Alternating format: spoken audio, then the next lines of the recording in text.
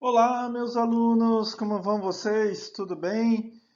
Vamos lá, vamos continuar com o nosso esforço aqui no dia a dia, toda semana, enquanto essa pandemia não passa. De novo, estão se cuidando, pessoal? Isso é importante, hein? Vamos lá, vamos prestar atenção nisso. Bom, hoje a gente tem mais um assunto para falar dentro da logística reversa, e é um assunto extremamente importante, né? Que vai balizar muita coisa que a gente faz na nossa atividade profissional, né? Ou praticamente tudo. São os custos na logística reversa. Vamos então conversar um pouco mais sobre esses custos específicos?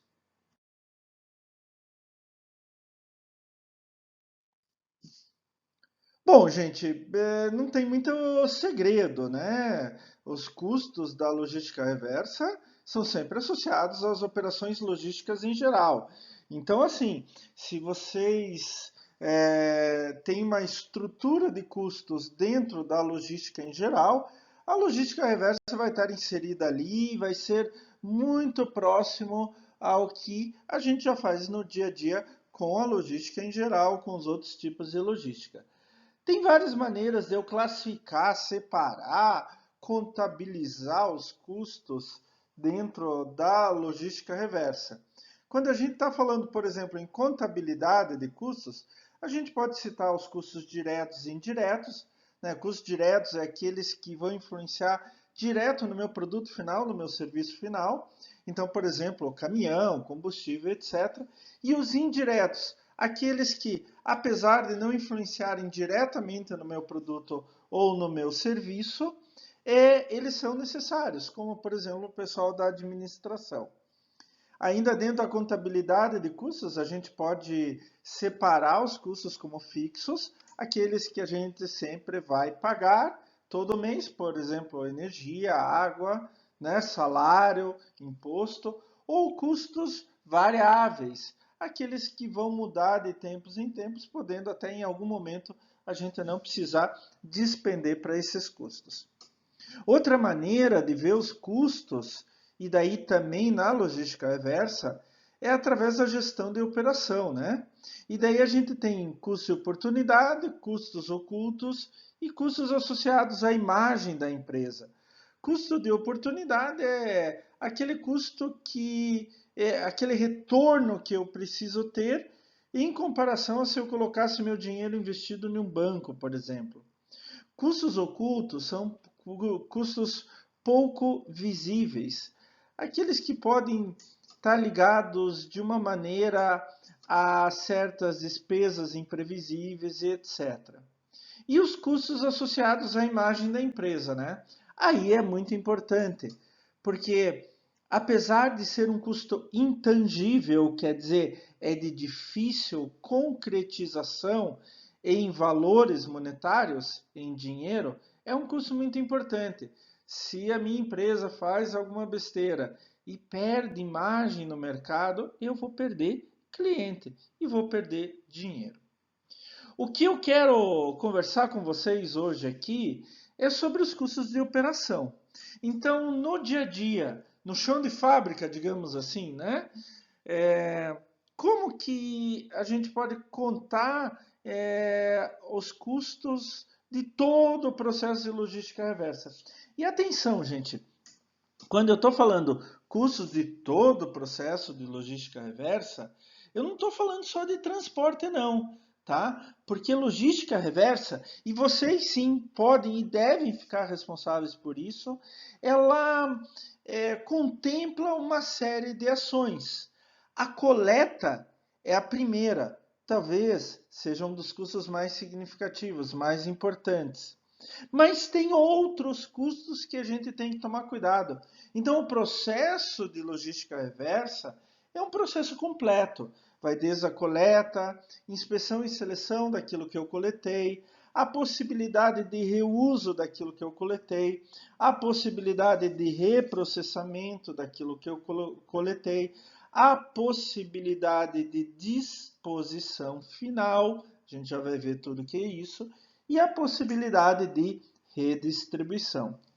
Talvez alguns custos dessas diferentes fases que eu falei aqui para vocês sejam menores em alguns casos, em outros sejam maiores.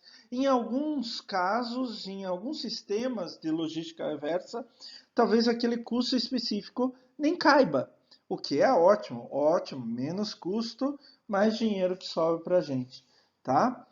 Mas a gente tem que tomar cuidado, tem que ver como que faz todo o nosso sistema de logística reversa para ver quais são os custos que ali vão cair. Esse é um sistema completo de logística reversa que eu estou apresentando para vocês.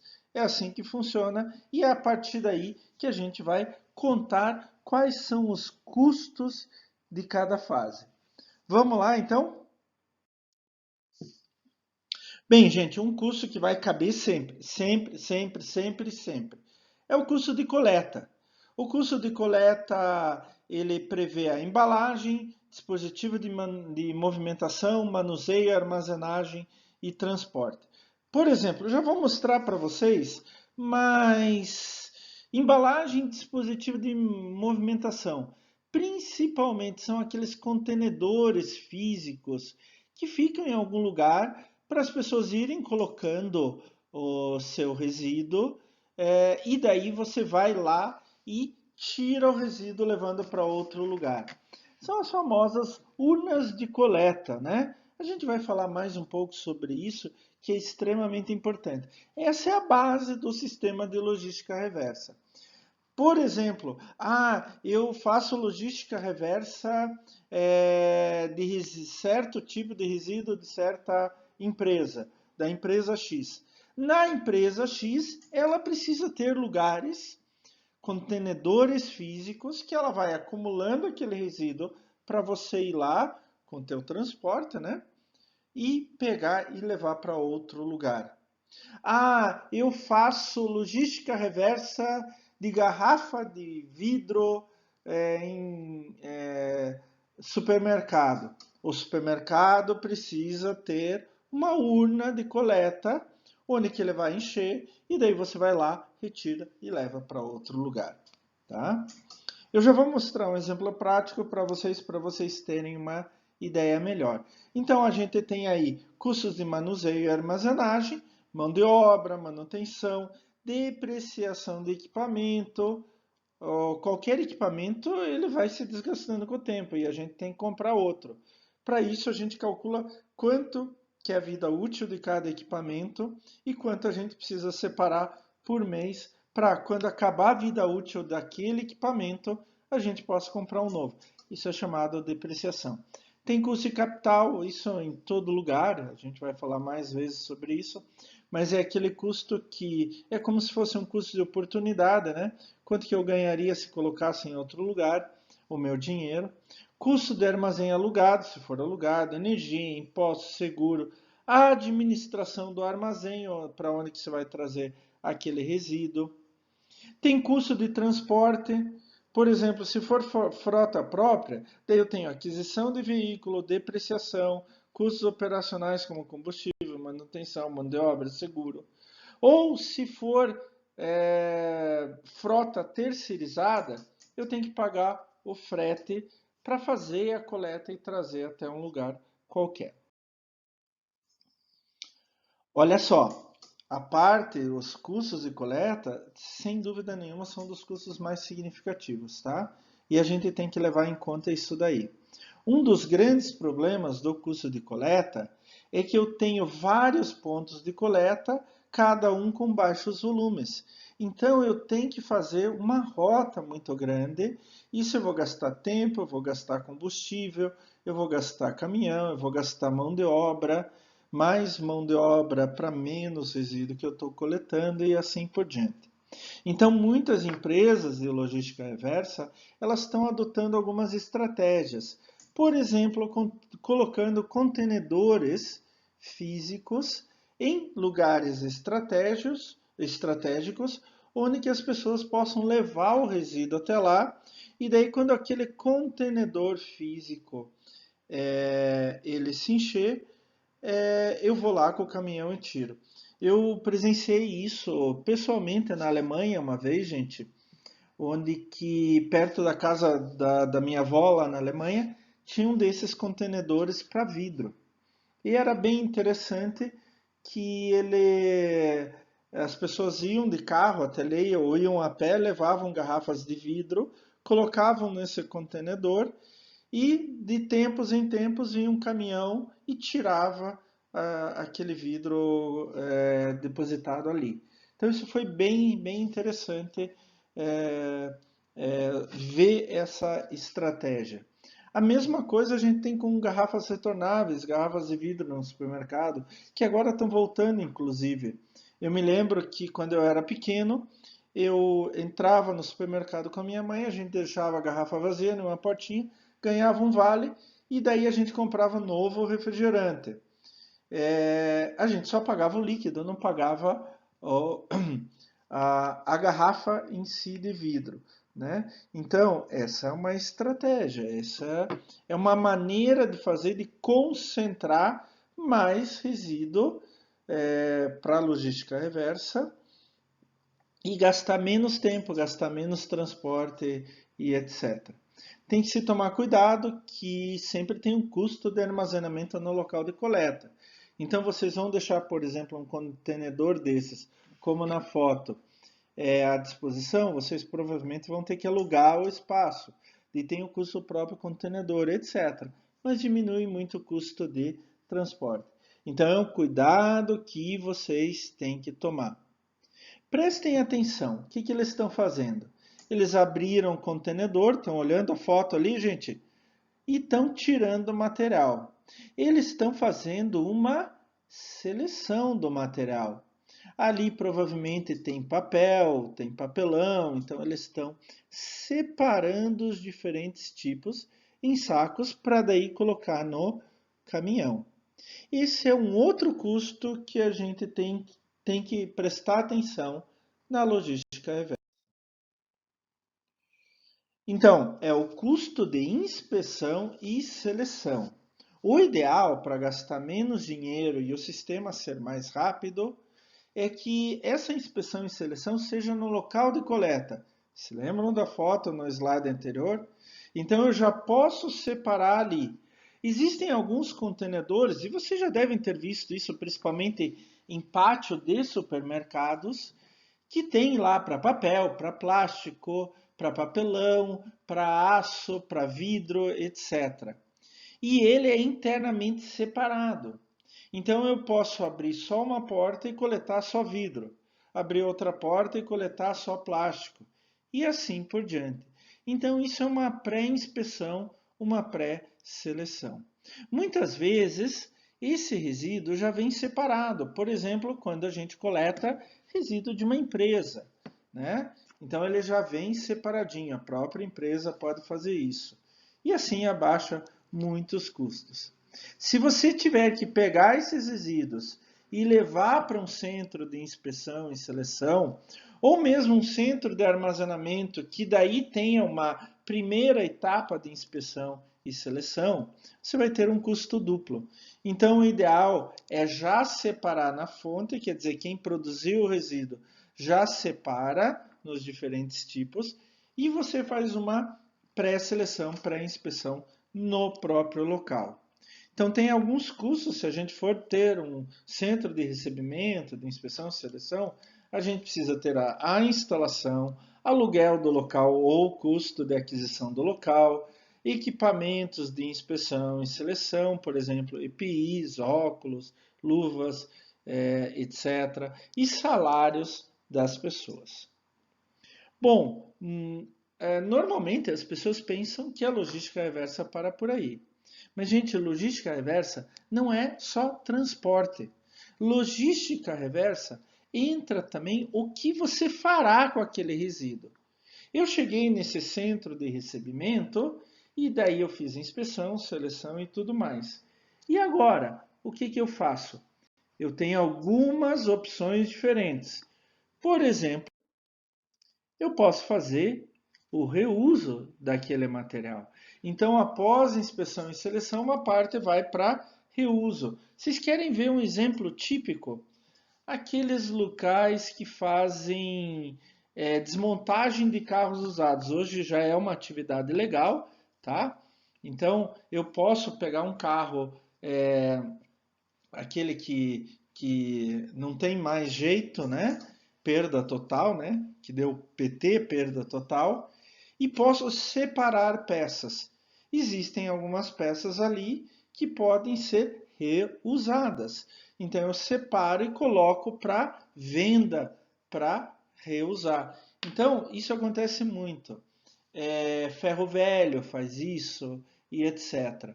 Então hoje já, como eu falei, é possível por lei você pegar, comprar de seguradoras carros de perda total, desmontar esses carros e aproveitar peças desses carros, tá? A única coisa é que por lei você precisa separar a qualidade daquela peça. Normalmente em classe A, B, C, D e E. A é aquela que está nova, que não precisa fazer nada, pode pegar e colocar em um outro carro. B precisa de uma certa, de um certo recondicionamento. C maior e D é aquela peça que está muito estragada, que talvez não sirva nem com recondicionamento para ser reusada, reutilizada. Então, reuso é quando eu pego uma peça, pego um material e simplesmente coloco para alguém usar do jeito que está. Então aí, nesse caso, se a gente optar por isso, pelo menos uma parte do fluxo desses resíduos, desse material, eu tenho custo de armazém, embalagem, mão de obra, etc. Tá? Fora impostos, né? A gente já vai falar sobre isso. Uma parte desse fluxo pode servir para reprocessamento. E daí reprocessamento engloba três grandes linhas: reforma, remanufatura e reciclagem. Reforma é quando eu pego aquela peça antiga, faço alguma coisa normalmente mais simples e já pode ser reutilizada. Remanufatura é quando eu faço algo mais complexo, aquela peça veio caindo aos pedaços. Eu quase que faço uma peça nova. E reciclagem é quando eu uso aquele material para fazer outros produtos, só que usando a matéria-prima original. Por exemplo, eu tenho caixas de papelão. Eu vou levar esse papelão usado para uma recicladora, ela vai transformar aquilo em novo papelão, que vai ser usado ou para embalagem ou para qualquer outra coisa, mas não na forma original. Então eu vou desfazer as caixas, vai virar uma fibra e vou fazer papelão de novo. Tá? A mesma coisa com plástico, a mesma coisa com papel, com vidro, etc. Tá? O custo de reprocessamento. Se eu fizer, eu preciso fazer um centro de reprocessamento, os materiais ali usados, equipamentos, energia, mão de obra e etc. E daí é bem interessante. E a legislação aí ela é bem forte. Dependendo do tipo de resíduo que eu tenho, eu posso ter receita ou custo. Querem ver só? Latinha de alumínio. Eu sou responsável pelas latinhas de alumínio. Eu tenho que recolher a latinha de alumínio. Mas eu posso pegar essas latinhas de alumínio, derreter, fazer lingotes de alumínio e vender de volta para a indústria. Tem valor agregado muito alto. Os catadores hoje no Brasil ganham entre 4 e 5 reais por latinha de alumínio. Então, quando eu derreto isso e faço um lingote, o custo é, perdão, 4, 5 reais por quilo de latinha de alumínio. Quando eu derreto e faço um lingote, eu agrego valor. Então vai ter um valor muito mais alto por quilo de alumínio. Já a bateria de carro, bateria de celular, pilhas, etc. A lei obriga o fabricante a fazer logística reversa, certo? Então, só que eu tenho que fazer tudo isso daí e normalmente eu não tenho nenhuma receita com isso. Eu vou ter só gastos. Então, dependendo do tipo de resíduo, eu posso ter uma receita. O meu sistema de logística reversa vai custar, mas eu tenho uma receita. Em alguns outros tipos de resíduo, só vai ser custo. Eu não vou conseguir repor aquilo que eu gastei com a logística reversa. Mas é assim mesmo, gente. É assim que o processo funciona e a gente tem legislação para isso. Bem, professor, e se não der para reutilizar, reformar, remanufaturar ou reciclar? Daí a gente tem uma outra possibilidade. Essa possibilidade é a disposição final. E isso acontece muito. Vocês sabem o que acontece com o lixo que vocês colocam lá 2, 3 vezes por semana na frente da casa de vocês? Tanto o lixo reciclável aqui em Curitiba quanto o lixo comum? O que acontece? Ah, não sei, professor. Passa um caminhão lá e leva e pronto. Não é mais problema meu. É problema seu, sim. Mesmo porque você paga por isso. Então, quando você vai pagar o IPTU, tua mãe, o teu pai ou alguém vai pagar o IPTU, né, Imposto sobre o terreno, né? Ele está pagando também imposto para recolher o lixo, tá? Então isso fica no meio, fica inserido. Hoje uma casa paga em torno de R$ 200, 200 e poucos reais, dependendo, né, da localização, dependendo um monte de coisa, mas em torno de 100 a 200 e poucos reais paga para a prefeitura pegar o teu lixo e levar num aterro. Isso é logística reversa? Claro que é logística reversa. É a logística reversa de um resíduo que a gente não consegue dar outro fim. E daí essa disposição final tem vários tipos diferentes, mas os dois mais utilizados no mundo é incineração e aterro de resíduos. Pode ser aterro sanitário, quando é resíduo doméstico, ou aterro de resíduos perigosos, tá? Principalmente quando é resíduo industrial ou mesmo alguns resíduos domésticos, como baterias, tinta, medicamento, etc. Incineração é queimar. A figura do lado direito ali, vocês veem o forno.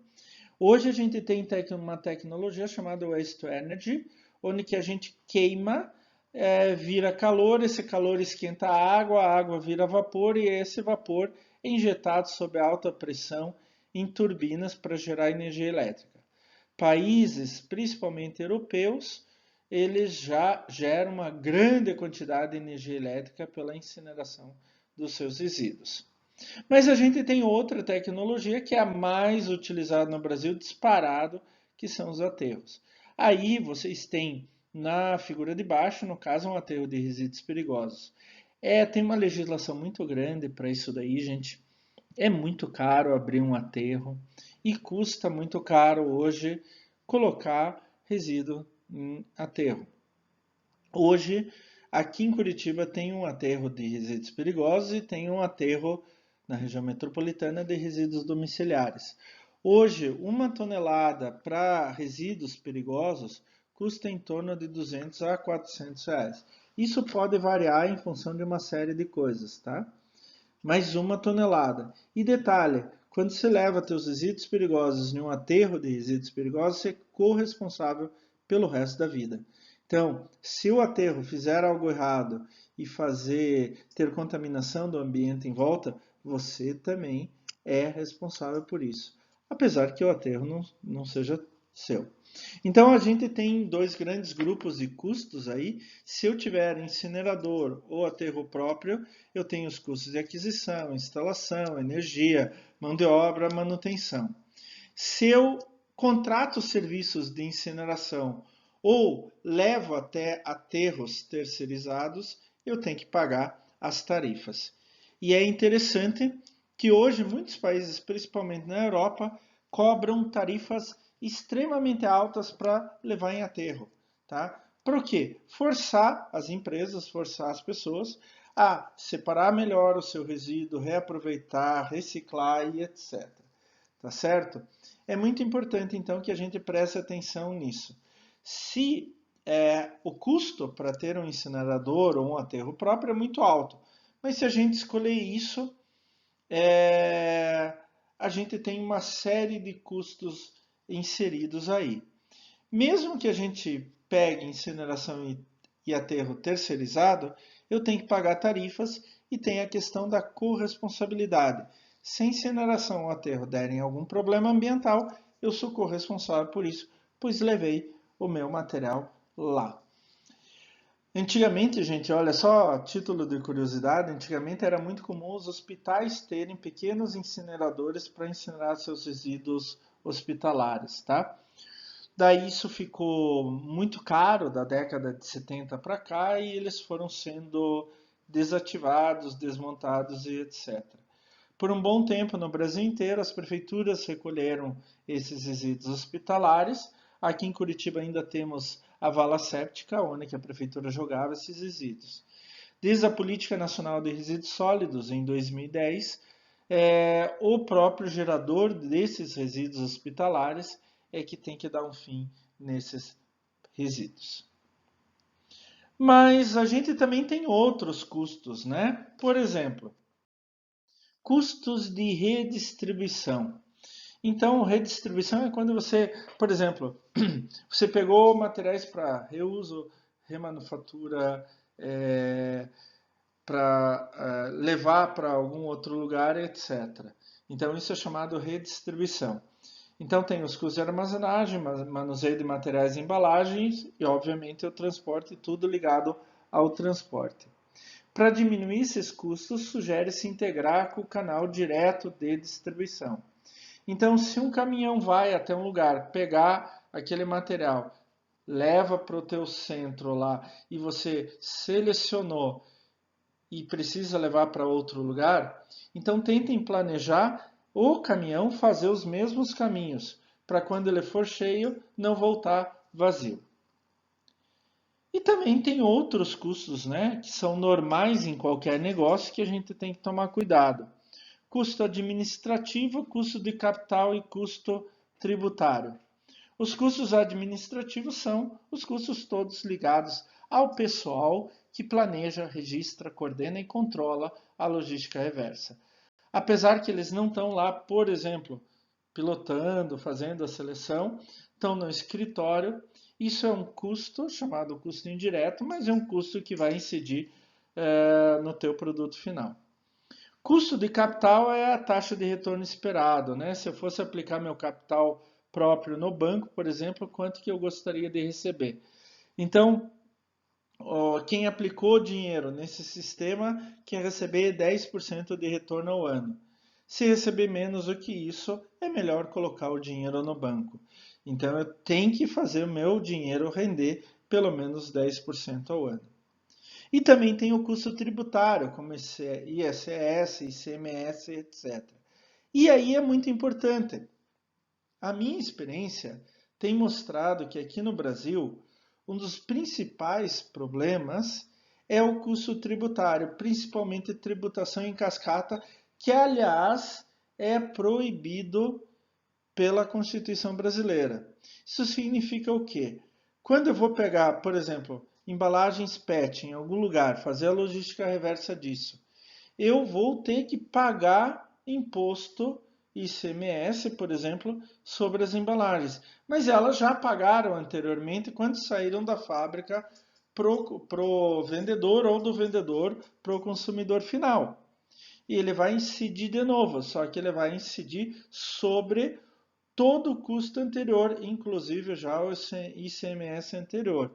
E assim por diante. Quando eu for vender aquele material feito por embalagem PET velha, usada, eu vou pagar de novo ICMS. Tá? Então esse é um problema muito sério que eu tenho visto muito pessoal que trabalha com logística reversa, com reciclagem, etc., se queixar disso.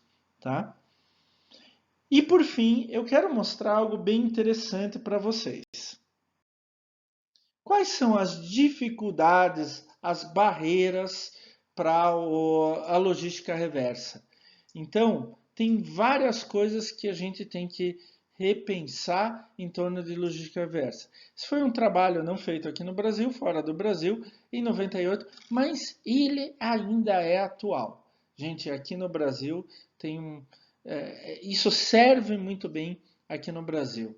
Então, vocês veem que a soma dá mais do que 100%, né? Porque as empresas pesquisadas, elas colocaram várias barreiras, mas em torno de 40% falou da pouca importância dada à logística reversa em relação a outras atividades da empresa.